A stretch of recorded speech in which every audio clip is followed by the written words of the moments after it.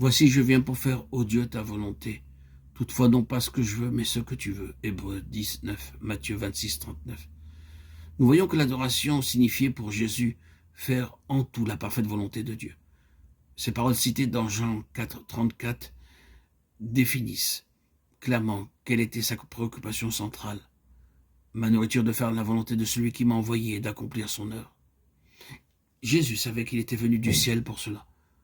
Car je suis descendu du ciel pour faire non ma volonté, mais la volonté de celui qui m'a envoyé. Jean 6, 38. Ceci montre de façon évidente que le dessein de Dieu ne peut s'accomplir que par de véritables adorateurs. En effet, nous ne pouvons séparer l'adoration de la croix. Si nous sommes des gens crucifiés à nos propres plans, à nos conceptions, à nos ambitions, à nos désirs, nous sommes de ceux qui recherchent et font en toute chose la volonté de Dieu. Et c'est en cela que réside la véritable adoration. Par les adorateurs, Dieu aujourd'hui accomplit son plan éternel. Ils ne furent jamais nombreux, ses véritables compagnons, ses collaborateurs.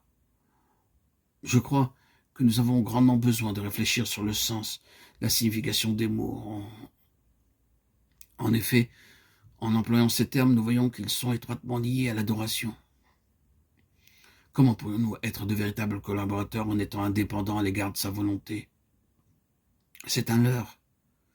Ainsi, nous voyons qu'un peuple qui soit sa propriété est constitué d'adorateurs, de gens nés de nouveau, et qui, du plus profond d'eux-mêmes, veulent ardemment vivre pour lui, choisissant délibérément son principe de vie à lui, Christ, le Fils de Dieu, laissant au Saint-Esprit le soin et la liberté de les conduire dans ses voies préparées d'avance. Chemin difficile et douloureux où chaque pas sera contesté, mais où l'homme naturel sera volontairement mis de côté afin que sa parfaite volonté soit recherchée, identifiée et accomplie.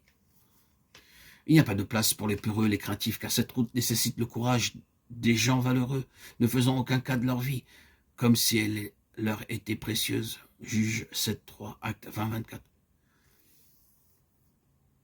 Tout ceci est très vrai, très réel. Oui, l'adoration n'est pas une question de vocabulaire ou de zèle dans le service de Dieu, mais dans le fait suprême de faire sa volonté, quel que puisse être le prix.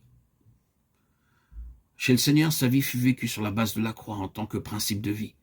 Et cela nous amène à cette constatation, c'est que la croix en nous signifie le refus de vivre pour nous-mêmes, mais de vivre pour Dieu. Et cela nous conduit à ceci, c'est que l'adoration nous entraîne à cette autre expérience, la mort pour moi, la vie pour les autres. Ceci fut aussi le témoignage rendu durant la vie de Paul, exprimé par ses paroles. Ainsi la mort agit en nous et la vie agit en vous. 2 Corinthiens 4, 12. Où en sommes-nous à ce sujet? Avons-nous compris clairement ce qu'est l'adoration, ce qu'elle implique? Jusqu'où va-t-elle? Pour notre Seigneur, le point culminant de son adoration fut la croix.